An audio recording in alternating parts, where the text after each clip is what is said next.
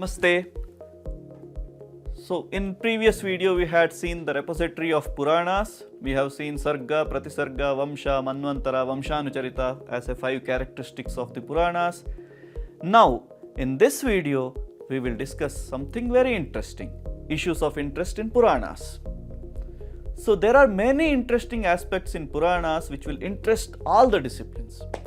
So one of such is stages of fetal development as per Bhagavata Purāṇa. Bhagavata Purāṇa discusses about the development of a child in the womb. So how does it explain? So first 5 days Purāṇa says that first night the sperm and ovum gets mixed up. Then 5th night the mixture ferments into a bubble. See how scientific it is. The exact same thing you can find in modern medical science. They explain the same thing, but it was explained many years ago in the Purāṇas. So next 10 days what happens? The 10th night, the sperm and ovum which got mixed, that takes the shape of plum, and next few days you will find a lump of flesh in that womb. Then in the first month the head gets formed. Slowly, gradually, when it goes to the second month, the limbs like hands, legs are formed. The baby is getting shape inside the womb of mother. In 3rd and 4th month, the sensory and other organs, then bone gets developed, skin is formed, then 7 dhatus, so 7 tissues like plasma, blood, bones, these things are formed. In the 5th and 6th month, the feeling of hunger and thirst gets developed in the child. That's where the child asks for food and the mother starts asking for something which the child asks in the stomach, in the womb. So we see, the mother asks for, I am feeling like eating this, I am feeling like eating that. So we actually, our aged people say that this is not the mother who is asking, this is actually the child in the womb who is asking for the food. So that is the feeling of hunger and thirst which is felt by the child in the womb. Then slowly in the 6th month, the movement of the child takes place. The right side of the abdomen, there is a movement which can be felt by the mother. So in Padma Purāṇa, there is again an explanation of composition of fetus at the time of the childbirth. There is a conversation between Yayati and Matali. Matali is the charioteer of Indra. In response to a question that Yayati asked about the birth and the death of the human beings, there is an elaborate description of the birth and death process. So that can be found in Padma Purāṇa. So in the same Purāṇa, it is explained the composition of fetus at the time of its ejection out of the uterus. Bones in the skeleton, the numbers are given. 300 and 100 more bones can be found. That is 400 bones according to Padma Purāṇa. Then muscles, the number of muscles found in human body, 500. It is all around covered with small soft hair numbering 3 crores and half. See, the number of hairs are also given in the Purāṇas. It's a beautiful thing which usually is skipped out. Then body is full of crores of these gross and subtle, visible and invisible, fleshy, tubular organs from within. Then number of teeth, 32. The nails 20, obvious thing, we know it. Then quantity of various substances, bile, which we call pitta in Ayurvedic term. It's 1 kudava. That's a measurement which was found in ancient texts. In the ancient India, we used these type of measurements, which is approximately 160 grams. Then phelm, which we call as kapha, half an adhaka. Adhaka means 1.28 kilograms.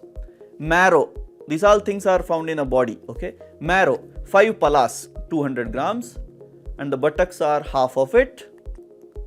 Then lump of flesh, we can say that there are 5 palas, fat 10 palas, thick blood 3 palas. The quantity of marrow is 4 times of that of the blood.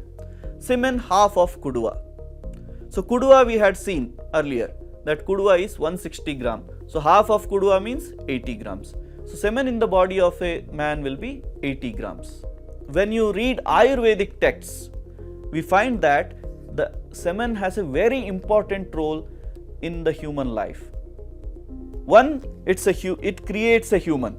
that's for sure. But that semen, when it is protected or preserved, it leads to the ojas, which leads to the long life. Now, this is not all that the discussions we find in Purāṇas. The very important thing for human life is food, without which surviving is difficult and without which our brain does not work. So what discussion about food we can find in Purāṇas? So in Brahmavaivarta Purāṇa, we see there is a mention of balanced diet consisting of staple food, vegetables and fruits that people used to take. So based on this, the modern day dieting system can be created. Based on the information available in Agni, Matsya and Brahmavaivarta Purāṇas, we can inform that rice, wheat, barley, pulses and sesame are some of the common plants used in edible process.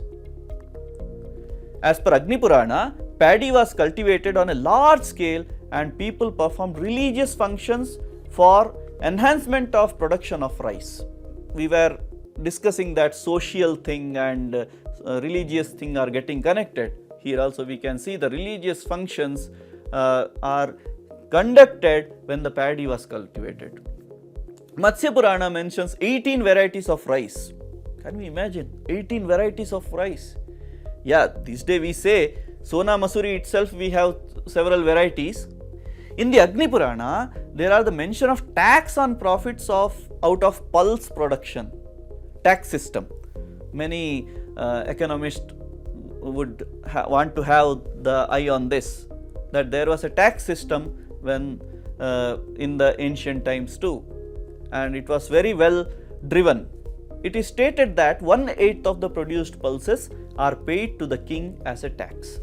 Now let us go to the medicine part. So after food, obviously it's medicine, just as a lighter note. Once the man goes for a wrong food, he has to go to a doctor to get the health back. So what does Purāṇa discuss about medicine? 36 plants such as Haritaki, Nimba, Aksha and Balda were used in the combination for the treatment of different kinds of diseases as per Agni Purāṇa.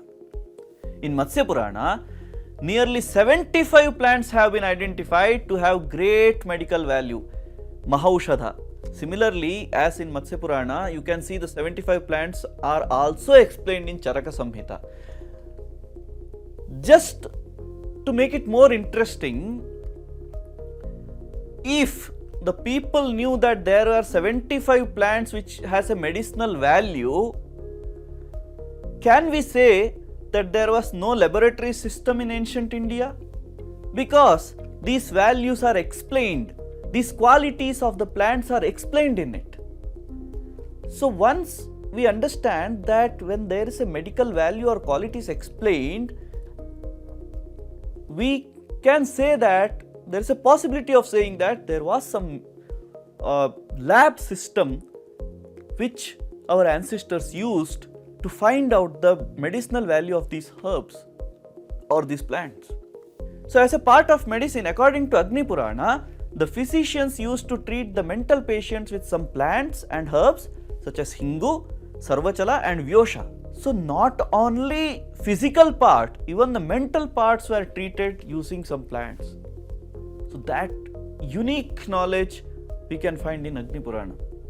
In the Agni Purāṇa itself, there is a mention about the food and medicine of the elephants. It is observed that plants such as Yava, Vrihi, Shashtika, Shali, Godhuma and Ikshu are recommended for the diet of the elephants. Not only human health but health of animals were also very well taken care of in our ancient India. And that is actually documented in Purāṇas. So Purāṇas can be taken as a documented texts for these type of knowledge.